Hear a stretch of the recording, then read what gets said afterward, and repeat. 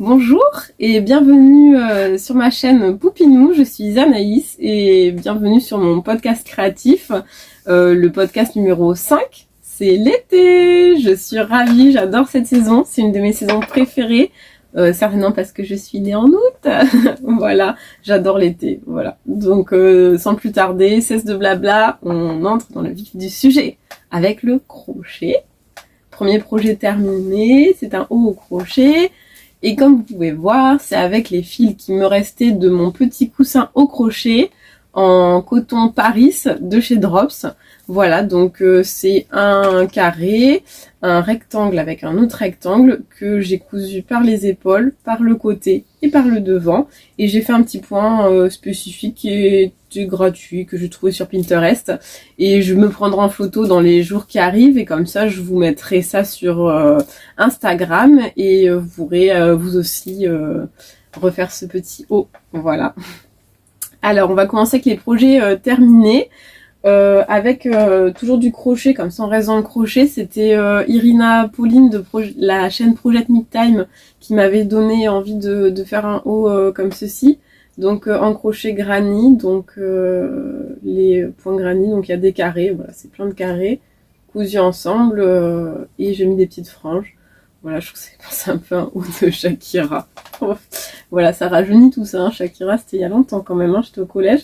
Bref, voilà, j'avais envie de faire ça, j'ai envie de mettre des franges. C'est un coton de chez... Enfin, c'est deux cotons de chez Ziman, un coton qui change de couleur et un coton uni. Voilà, j'ai fait 4 carrés granny de la taille que je voulais pour avoir la largeur que je voulais, à peu près la hauteur. C'est un haut où on a un petit peu le ventre à l'air, donc je ne le mettrai pas pour aller travailler, je ne le mettrai pas non plus pour aller faire mes courses, même s'il y en a qui le font, chacun fait ce qu'il veut, ça me dérange absolument pas, mais je suis pas très à l'aise avec le fait de montrer mon ventre, à part à la piscine, à la plage et dans mon jardin, si j'ai des amis qui viennent, ça me dérange pas, je suis chez moi, enfin voilà. Mais sinon, pour sortir dans d'autres situations, je me sens beaucoup moins à l'aise. Voilà, donc ce sera vraiment pour des occasions très estivales de porter ce haut. Ensuite, en projet terminé, il y a ces deux petites chaussettes. Elles sont belles. Je suis contente parce que c'est moi qui les ai, on va pas dire inventées, mais j'ai fait ma petite tambouille à moi. Donc j'ai monté 56 mailles en rond, donc c'est avec des aiguilles de 1,5, c'est ce que je fais habituellement. J'ai fait des cottes, je dirais brisées du coup. En fait, tous les 4 ans, j'inversais les mailles envers et les mailles endroit. Après, j'ai fait un tube avec donc de la laine de chez Katia à chaussettes. C'est une pelote de laine, je me rappelle plus la qualité, je vous la mettrai en barre d'infos. Après j'ai fait un talon après coup. Et puis j'ai fait une pointe classique avec un grafting. Et ça y est, je connais le grafting par cœur. Le grafting, c'est validé. C'est bon, je sais le faire, il est dans ma tête, j'ai plus besoin de modèle ni rien. Donc ça c'est cool, ça fait gagner du temps. Voilà. Voilà pour ces petites chaussettes. Ensuite, le Hoquinsia, je vous le montre vite fait. On va pas passer 3 heures avec le Hoquinsia, je crois que j'en avais bien parlé déjà dans une vidéo précédente. Donc j'avais pris un écheveau à chaussettes en complet. Il reste vraiment une toute petite pelote grosse comme ça. J'avais pris du Baby Merino de chez Drops, 2 pelotes et demie à peu près, voilà. Bon, il est un petit peu grand au niveau de la dentelle, mais le problème c'est que si j'avais fait une taille en dessous, j'aurais pas eu les anses que j'avais envie pour le bas en fait.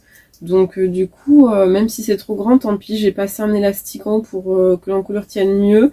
Et je peux pas le mettre sous une veste, car si je le mets sous une veste, et ça, il y a toute la dentelle qui vient devant, vous voyez, ça fait plein de petits plis comme ça. Donc du coup, je le porte juste comme ça, et puis c'est très bien, voilà.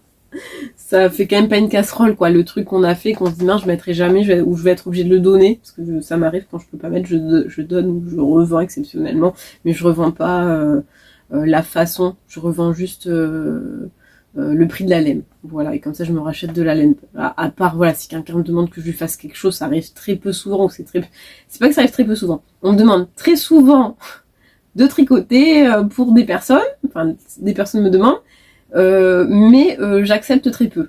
Voilà, parce que j'aime bien tricoter pour moi, ma famille et ce que j'ai envie de faire. Donc voilà, mais quand exceptionnellement je tricote pour quelqu'un, je lui fais payer un petit peu la façon quand même si je peux pas faire payer la façon au prix des heures que j'y passe, parce que le tricot c'est quand même très très long, je fais payer une petite part pour le temps passé à tricoter. Voilà. Mais quand c'est un projet qui est trop grand et qu'une personne le veut, je lui revends juste au prix de la laine. Voilà. Ma petite astuce. Alors j'avais envie de vous montrer ce haut-là que j'ai fait l'année dernière, mais je voulais quand même le montrer.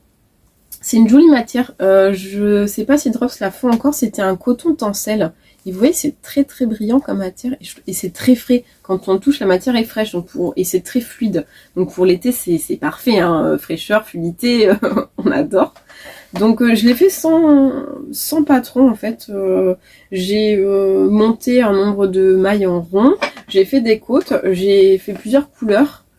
Arrivé à la hauteur que je voulais sous les bras, j'ai rabattu les mailles de derrière. J'avais fini en refaisant un high cord. Oui, un high cord. J'ai fait un high cord sur le derrière. Et sur le devant, j'ai tricoté un côté après un côté. Je vais monter ce côté-là, c'est mieux. À 2 mailles du bord, j'ai fait des diminutions. Ce qui fait que quand on regarde dessous, ça roulotte et ça fait comme s'il y avait aussi un high cord, sauf que j'ai pas besoin de faire le high cord. C'est la petite astuce pour pas avoir à se taper un high cord partout. Voilà, j'ai trouvé que ça reliait bien. On a l'impression que j'ai continué à faire un high cord. Donc voilà, et arrivé du coup des deux côtés, naturellement ça roulotte et ça fait comme un high cord. Voilà, et je l'ai cousu derrière.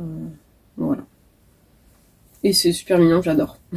Voilà, la petite astuce pour avoir cet effet high cord. Voilà. Tac.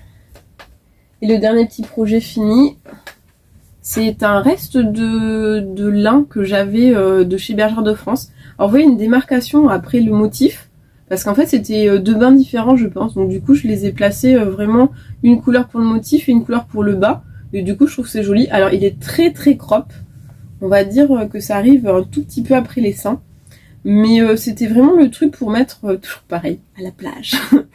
À la plage, à la piscine, quand il fait chaud dans son jardin pour siroter une limonade et lire un livre ou tricoter ou crocheter. Voilà, donc et puis comme j'avais surtout plus de lin, donc du coup j'étais contrainte à devoir le terminer. Donc encore heureux qu'il me soit pas arrivé là, sinon ça aurait servi à rien. Donc il est à peu près là, donc c'est parfait. Quand il fera chaud, ça permettra de juste cacher la poitrine pour faire une petite brassière avec un petit short et ce sera très très bien. Voilà, ça vous fait une petite astuce en fait si vous avez... J'avais envie de vous montrer parce que ça fait une astuce de il vous reste vraiment pratiquement rien en laine.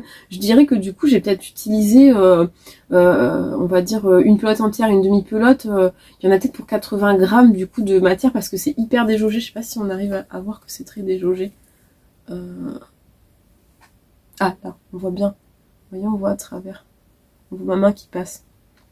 Voilà.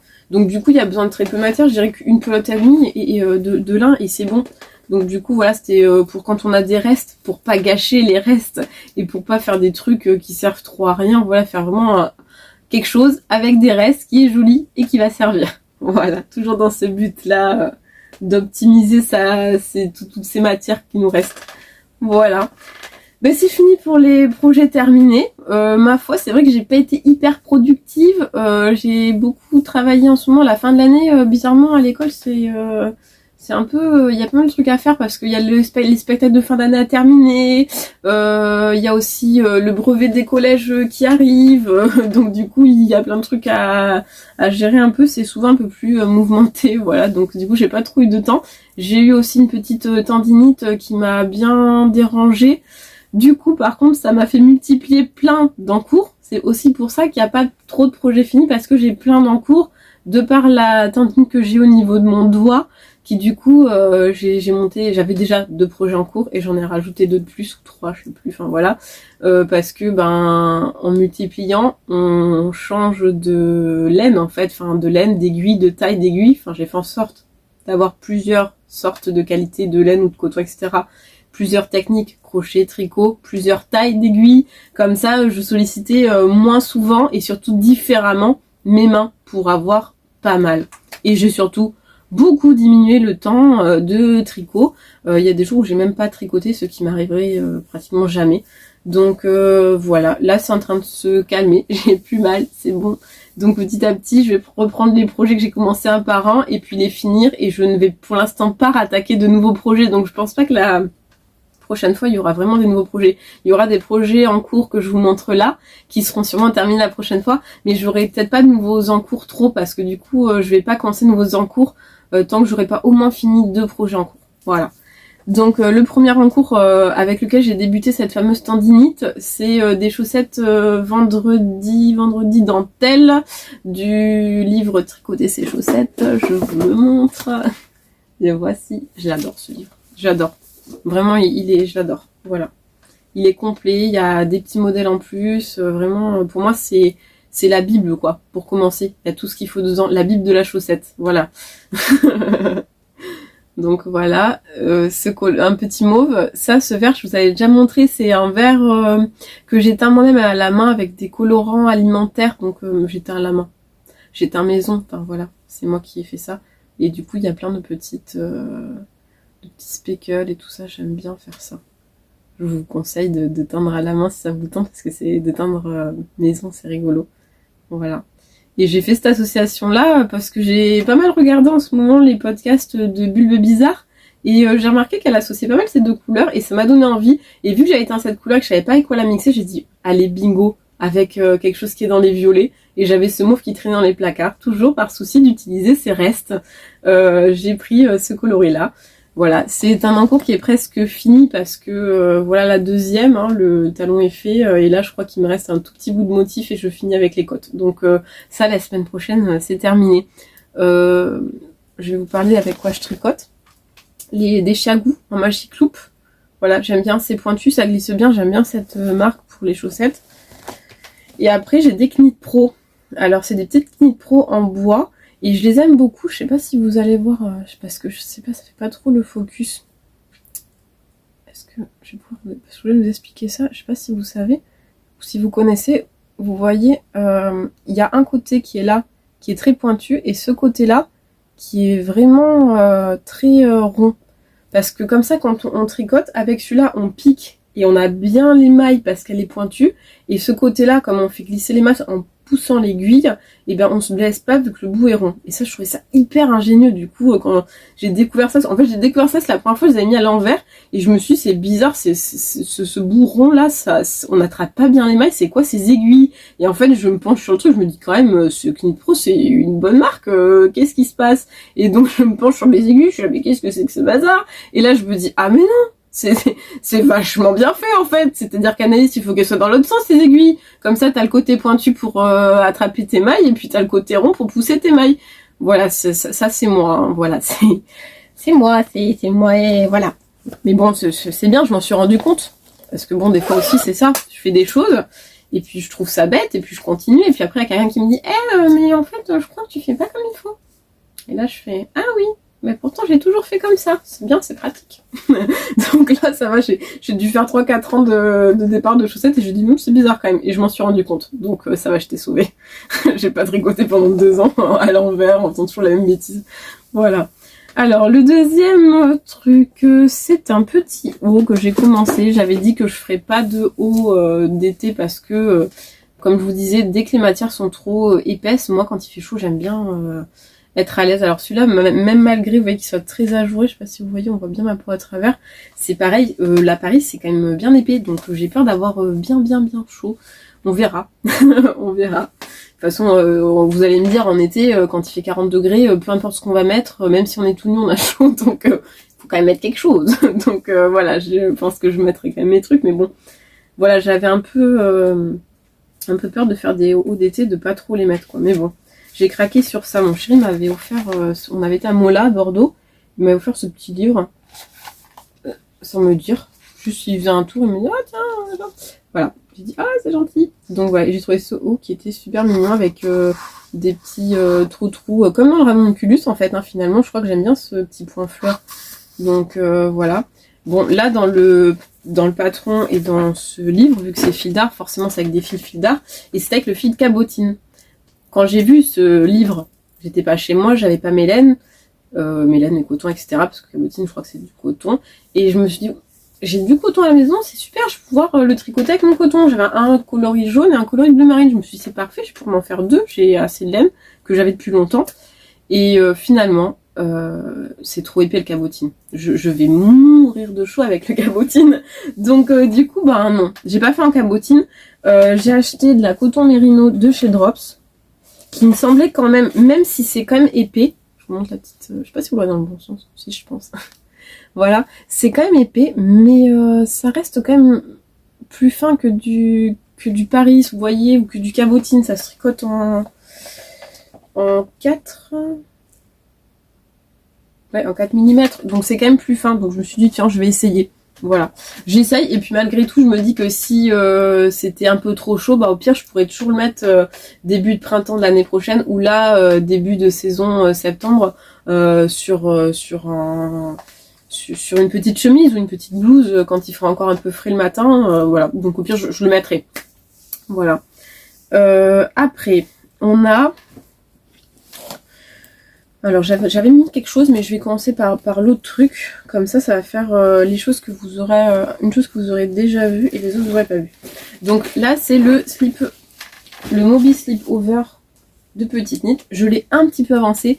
Je vous avoue que là, ça fait 3-4 semaines que je le délaisse parce que franchement, c'est pas la saison. C'est pas la saison, ça donne pas envie. Voilà.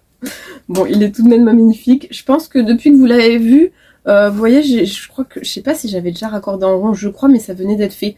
Donc là, je pense que quand même, il me reste, voilà, la même chose que ça à faire là. Donc c'est quand même pas, voilà, en 15 jours c'est fini. Donc je pense que je mettrai un bon coup de boost vers la fin de l'été pour pouvoir l'avoir au début de la saison d'automne.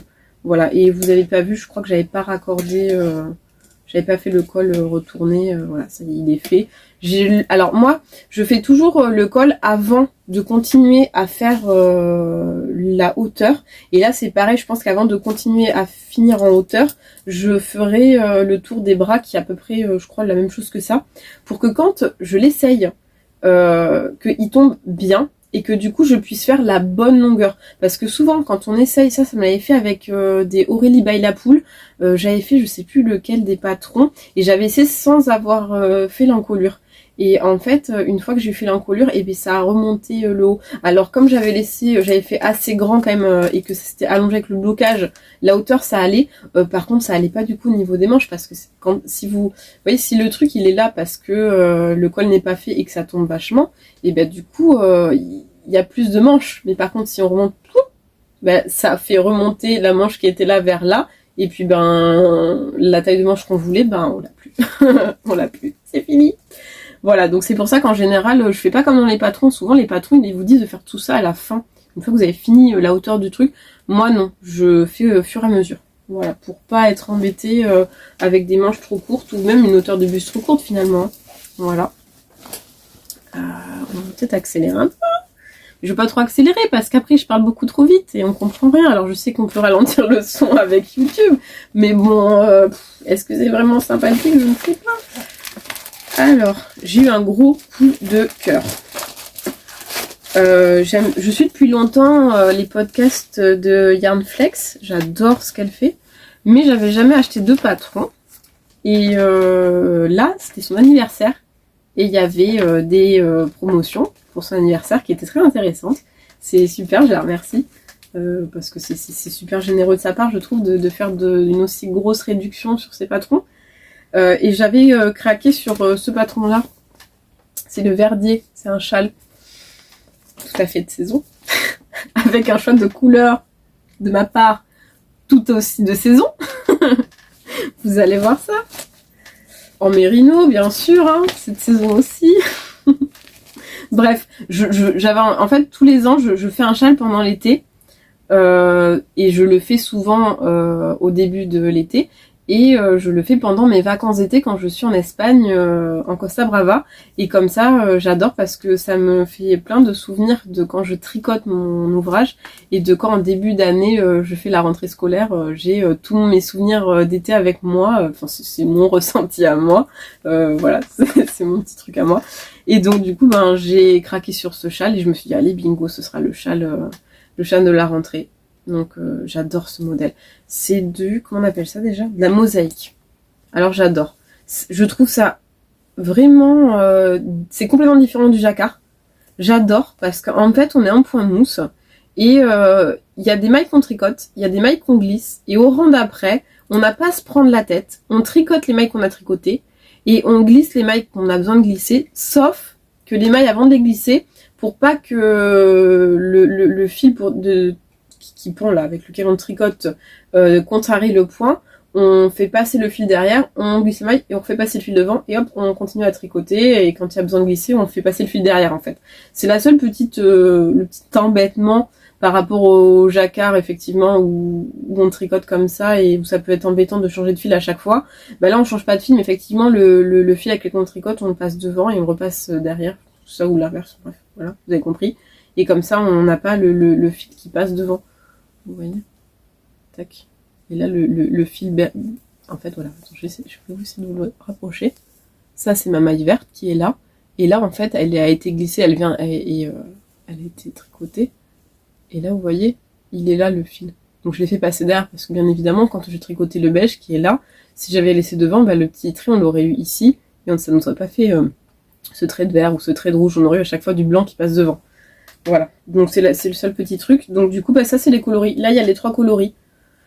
Voilà, donc c'est un fond beige, donc c'est de la mérino de chez Katia, basique mérino, et après ça c'est en fait c'est des restes, c'est que des restes. J'ai juste racheté 2 pelotes de beige, j'en avais pas assez, c'est pas le même bain mais franchement on s'en fiche. Quand ça bouge autant le motif change autant, si le bain il est pas pareil, ça passe crème, on verra rien. Et je voulais utiliser des restes de laine. Donc ça, c'est un bout de basique mérino, une pelote que j'avais depuis très longtemps. Donc du coup, hop, je l'ai placé là. Ici, c'est de là. Est-ce que je vais avoir l'étiquette? Je ne sais pas. C'est une autre marque. C'est du Merino Tweed, ça c'est sûr. C'est une autre marque, je m'en rappelle plus. Peut-être de Linotte, toujours. Je le mettrai dans la barre d'infos pour pas changer les habitudes. C'est des restes que j'avais. Ça, c'est une pelote avec laquelle j'avais fait un patron gratuit de chez Drops avec des fleurs en jacquard. Et donc, il me restait une pelote. Donc, la voici. Et j'avais deux pelotes que j'avais achetées et je m'en servais pas. Et donc, j'ai décidé de les inclure au projet. C'est pile la même taille d'aiguille. Donc, du coup, c'est parfait. Ça va très bien avec la basique Merino de chez Katia. Je crois que c'est DMC. Je crois que c'est du tweed de chez DMC. Merino Tweed de chez DMC. Bref, je vous le confirmerai. Et voilà, et le kaki. Donc du coup, je vais alterner ces 4 couleurs très colorées avec le beige comme ça. C'est un espèce de... Ça ressemble justement... Elle a fait ça avec de la Dererum Natura Ulysse, je crois. Et il y avait un coloris biche. C'est un peu pareil. C'est un espèce de beige, mais un peu rosé. Vous voyez très bien la caméra. Voilà. Mais moi, c'est mon fond. Alors que je crois que... Je crois que Yarnflex c'est un des coloris contrastants et que son fond c'est du jaune. Je sais plus. Peut-être vous dire des bêtises. Hein. Voilà. Allez, dernier projet en cours. Le voici, le voilà. Alors, c'est une commande cadeau. Voilà. C'est quelqu'un qui compte pour moi, on va dire, hein, voilà, qui m'a beaucoup aidé. J'avais envie de la remercier. Elle voulait un châle depuis très longtemps et elle voulait un truc bien précis. Et donc moi, je me faisais le devoir de lui faire son châle exactement. Celui qu'elle avait dans la tête et celui qu'elle désirait. J'ai pris ça comme un défi. Donc c'était un choix de laine bien particulier. Le modèle qu'elle avait vu en fait c'était une laine, je crois qu'on appelle ça des laines Rimbaud, c'est-à-dire que arc-en-ciel quoi, voilà. Sauf que je trouvais pas pile, j'ai cherché un. J'ai fouillé sur tout le net pour trouver ce coton, c'est pas un coton. Je pense qu'à la base dans le modèle c'est de l'acrylique. L'acrylique elle voulait pas cette matière là, moi je voulais pas ça non plus parce que je voulais pas. Je voulais quelque chose de doux, qui pique pas. Donc la contrainte c'était d'avoir quelque chose qui ne pique pas, qui soit doux. Donc je suis partie sur du mérino, parce qu'elle voulait que ce soit chaud aussi. Voilà, et je n'ai pas trouvé donc le coloris similaire à la photo qui est autorayant en fait et qui changerait de couleur en fonction du moment que je crochette. Donc du coup j'ai décidé de prendre les couleurs qui lui plaisent le plus qui étaient sur la photo et de les alterner en fait, donc genre des fils à rentrer. C'est pas grave, on rentrera des fils. J'ai pris le châle Célébration de Irina Pauline du Project Me Time parce que je trouvais que c'était vraiment le patron, il collait vachement à la photo. Si vous voulez voir, j'ai fait un post sur Instagram où il y a la photo de mon avancée, parce que je viens juste de le commencer, et j'ai mis la photo de l'objet fini désiré. Donc comme ça, vous verrez bien à quoi il ressemble, et moi je trouvais qu'il ressemblait énormément au châle d'Irina, donc je vous le montre, le voilà. Que de belles couleurs. C'est magnifique. Moi, je trouve ça beau. Regardez ça. C'est vraiment l'été, quoi. Voilà. C'est comme ça, je fais des grands sourires. Comme ça, je fais ma petite photo de début de vidéo. Voilà. Alors, du coup, c'est du coton... n'importe quoi, du coton. Pas du tout. Du mérino. 100% mérino. De chez Hobby. Voilà. Parce que c'était chez Hobby que j'avais vraiment ces couleurs... qui ont du pips. Voilà. Il y avait que cette marque-là sur laquelle j'ai trouvé. Alors, ils disent qu'ils livrent entre 6 et 10 jours. Alors, moi, j'ai eu 10 jours pile. Voilà. Pas un de plus, pas un de moins, mais j'ai tout eu. La qualité, franchement, moi, je vois pas la différence par rapport, si vous connaissez le Baby Merino de chez Drops. Franchement, ça fait pareil. Donc, moi, je vous dis foncez. Pour moi, c'est la même qualité. Si vous êtes habitué à cette qualité et que vous voulez plus de couleurs, du coup, bah, allez sur Hobby parce que pratiquement le même prix. Et des trucs hyper colorés. Voilà, si vous avez envie des couleurs, vous n'avez pas froid aux yeux, c'est parfait. Donc voilà. Donc c'est le début du châle Célébration. Et donc on fait un certain nombre de rangs de granit comme ça. Et après on passe sur des espèces d'arabesques voilà, qui font une fantaisie.